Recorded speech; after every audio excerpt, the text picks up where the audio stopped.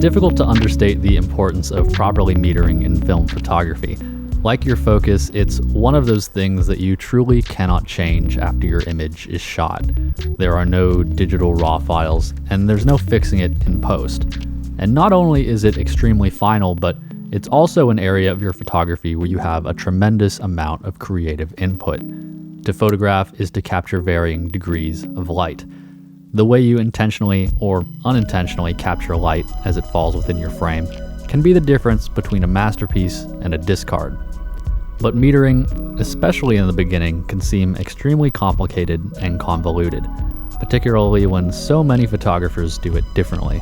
So rather than tell you how you should meter, I'm going to share with you some facts about film and metering, show you how I implement them in my own work, and provide you with some examples so that you can decide how you want to meter in the future.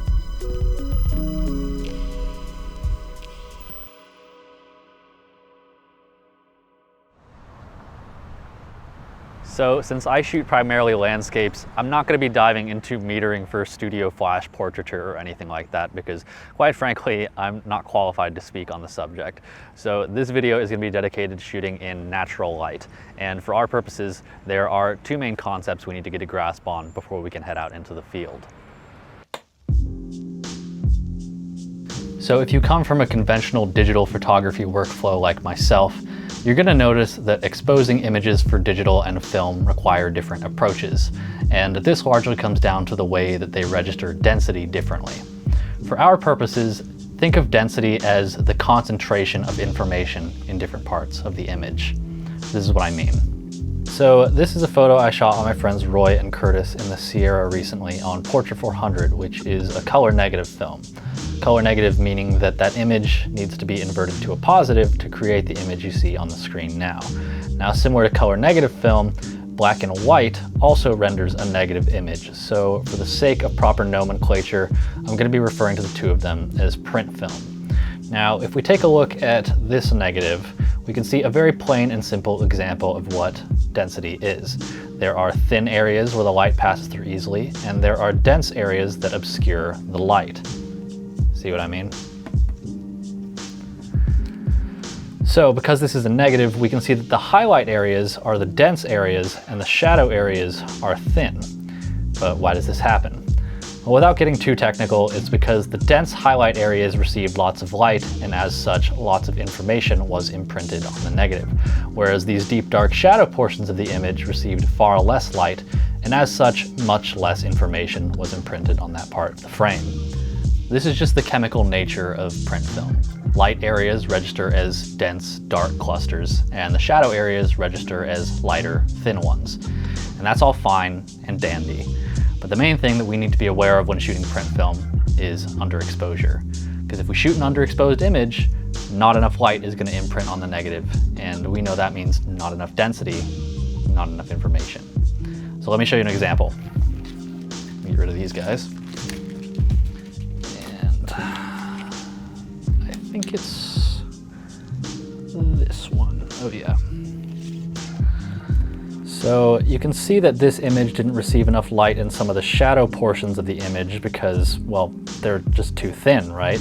If we closely inspect it, we can see that there's actually not really any information there at all. Like this right here is the same color as the film border. There's literally nothing there. So even if we were to try and take it into the editing suite of your choice and boost the shadows up, it would be a lost cause because, as we can see, there's nothing there to boost.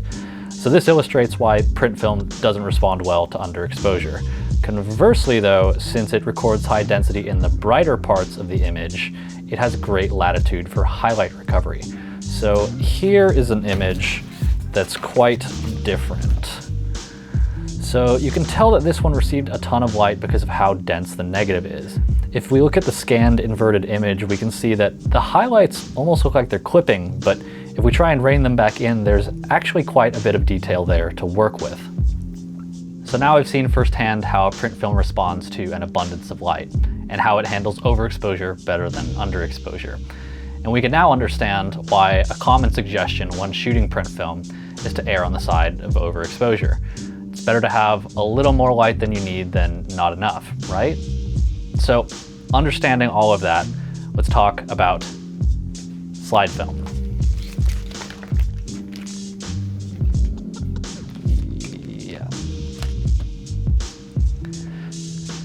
So I like to call it slide film, which is the nickname it was given because of its ability to be shown as a slide in a projector.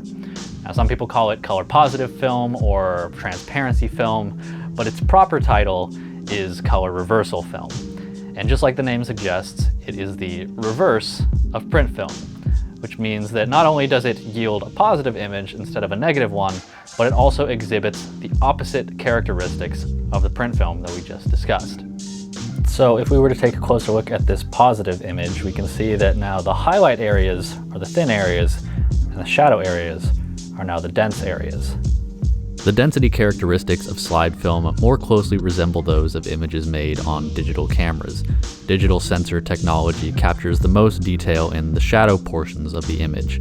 When working with a good quality RAW file, you'll find that you can pull a lot of detail out of the shadows, but it's much more difficult to do so for the highlights. Though slide film has nowhere near the flexibility of a modern RAW file, it does function in a similar way. Its highlights are quite inflexible, but it retains a decent amount of detail in the shadows. Now, because of its mild similarities to digital, you might think that you can treat it in a similar way. Underexpose your images to protect for highlight detail and then boost them in post. And to that I say, no, because that's where the similarities end. Modern digital RAW files have impressive dynamic range and latitude in either direction. And because of that, it's easy to be sloppy with your exposures because, you can fix so much in post. Slide film, not so much. It's got a really narrow dynamic range and it's known for being temperamental and difficult to expose. But I think that that's one of the things that makes shooting film so great, is that it challenges you to be aware of all the factors affecting your image without the instant feedback of a screen or an electronic viewfinder. So I think that this might be a good time to make an important distinction. Though we've seen that print film handles overexposure better than underexposure, that doesn't mean that you should overexpose all of your negatives. And just because slide film handles underexposure better than overexposure, that doesn't mean that you should underexpose all of your slide film. The reason we've gone over density as a prerequisite to metering properly is not because I condone making blanket adjustments to entire rolls, but because when shooting within the limitations of film and metering your scenes for a correct exposure, ultimately we're going to encounter times where we have to make a judgment call. If I have to slightly overexpose or slightly underexpose this scene, which is the better choice? Armed with an understanding of density, we can make a more informed decision, which raises the next question. How do we shoot a correct exposure? For that, we're going to turn to Ansel Adams. As the most famous and influential photographer of all time, Ansel Adams requires no introduction. His beautifully rich black and white landscapes inspired millions and served an important role in 20th century conservationism and the creation of the national parks. But beyond the creation of these timeless works, he also imparted future generations of photographers with some incredible knowledge and techniques he pioneered. The most utilized of those techniques is the zone system. Developed by Ansel Adams and Fred Archer in 1940, the zone system is a system to map the various tonal regions or luminance of objects in a given scene to enable the photographer to reach the optimal exposure during the capture of the image. Essentially, the luminance values in any scene can be boiled down into one of 11 zones, starting from zone 0, which is pure black, up to zone 10, which is pure white.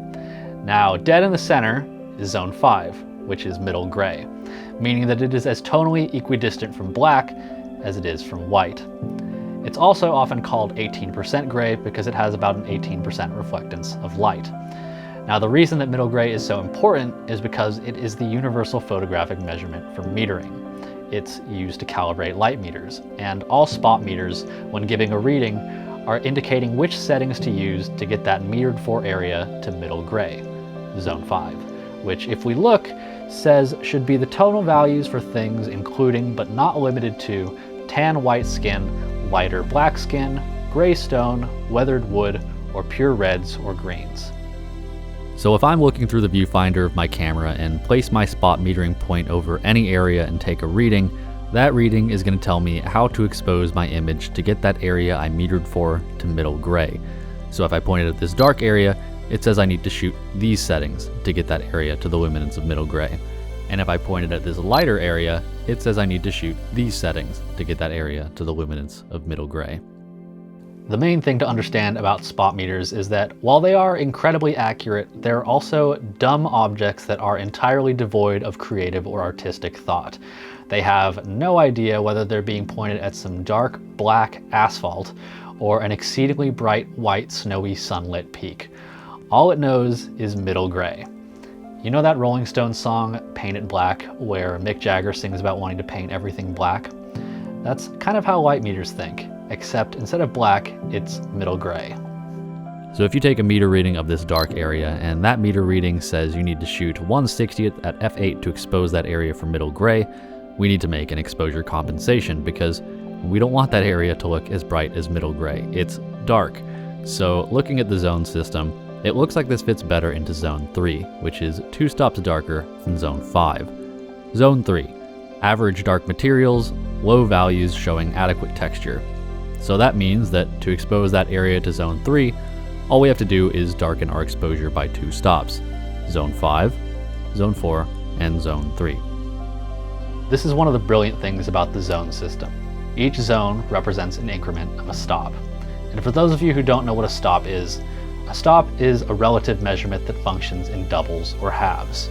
For example, 1/125th of a second is half the duration of 1/60th of a second, meaning that it lets in half as much light, so it's 1 stop darker.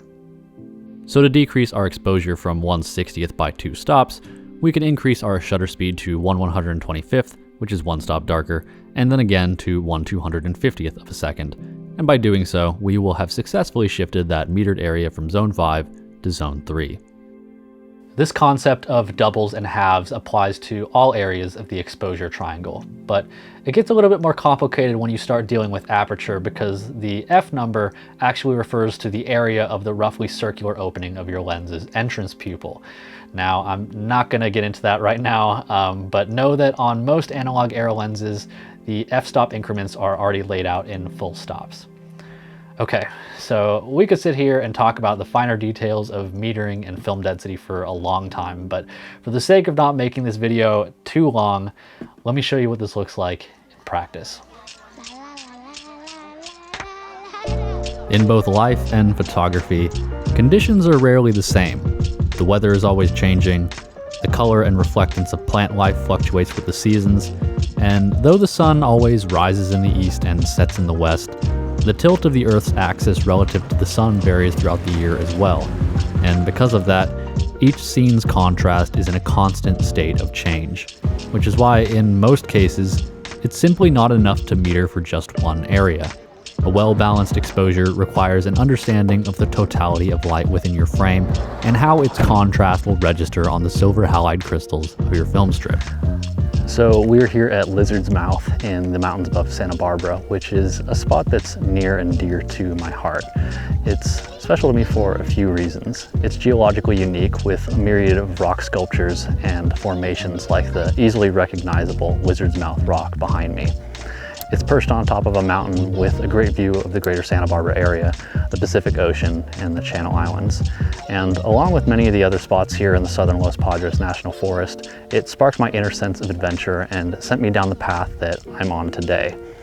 But enough of me gushing about how much I love this place. We're here to meter some scenes and shoot some photos. So today I'm going to be using this Sekonic light meter. This is an L558, and it's pretty much the same thing that you have inside of most cameras.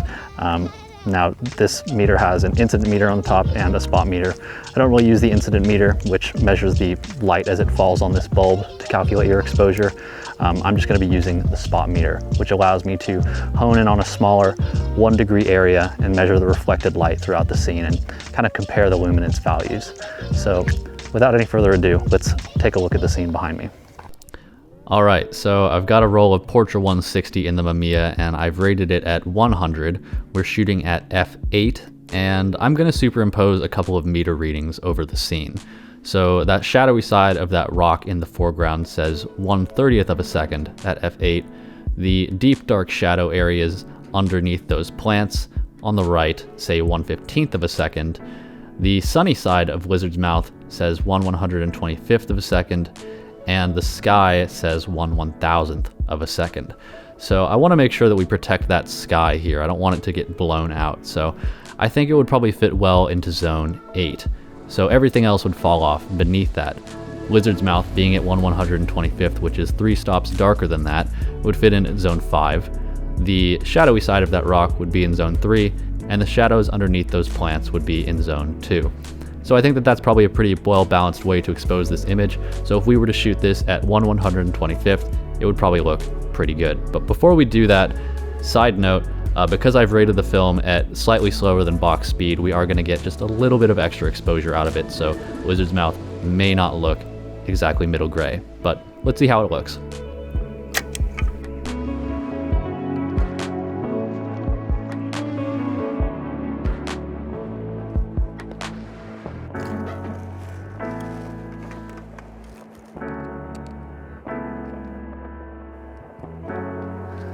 Okay, so I want pretty high depth of field for this one because I want to get the foreground rocks and the background rocks in focus. But let's take a look. All right, so this one seems a little higher contrast than the last one. We've got a little bit more backlighting going on, and I think I see an area that might work out well as a middle gray, that shadowy side of Lizard's Mouth, but the sky is looking pretty bright. So let's meter the whole scene and see what we can work with. So I'm shooting here at f16, and the shadowy side of Lizard's Mouth is saying 1/4 of a second. The sky is saying 1/60th of a second. The foreground area in the shadows is saying 1/2 of a second, and that sunny side of that rock in the top left is saying 1/8 of a second. So hypothetically, if we were to put Lizard's Mouth, that shadowy side, into zone 5, that would put our sky up into zone 9, which is almost pure white. That's a little bit too bright for the sky. So I think we need to bring that down. So maybe we don't put Lizard's Mouth in zone 5. Maybe we put him in zone 4. So then our sky would fall into zone 8. And that sunny side of that rock in the top left would be in zone 5.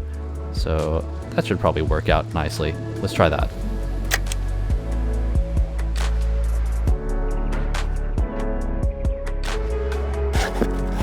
Ooh, slippery. All right, so this is, get my balance. This is a little bit backlit, so let's meter this and see how it looks. Okay, so this scene is pretty backlit, but let's see what we can do here. So I'm shooting at f8 once again, and the reading I'm getting for Lizard's Mouth says 1/30th of a second. The kind of brush-covered mountain ridgeline off to the right says 1/60th of a second, and the sky, depending on where I point the meter, says between 1/1000th of a second and 1/4000th. So we'll just call it, split the difference, 1/2000th for simplicity's sake. So that's quite a spread.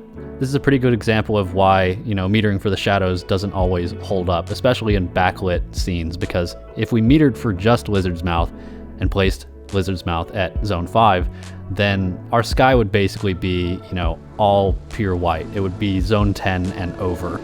So let's not do that. What if we put Lizard's Mouth down into zone 3? And then that would make our mountain off to the right, that would be zone 4, and then our sky would be spanning the zone 8 to 10 range. Now that I can probably deal with. The sky is probably going to be a little bit bright in some places, but I think that might look nice. I think that would probably work. So what is our exposure if we want to go one stop darker than 1/60th? That would be 1/125th of a second. So let's give it a shot.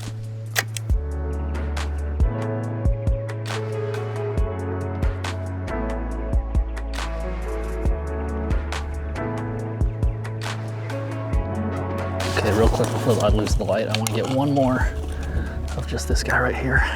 So let's see, at f8, got my focus already.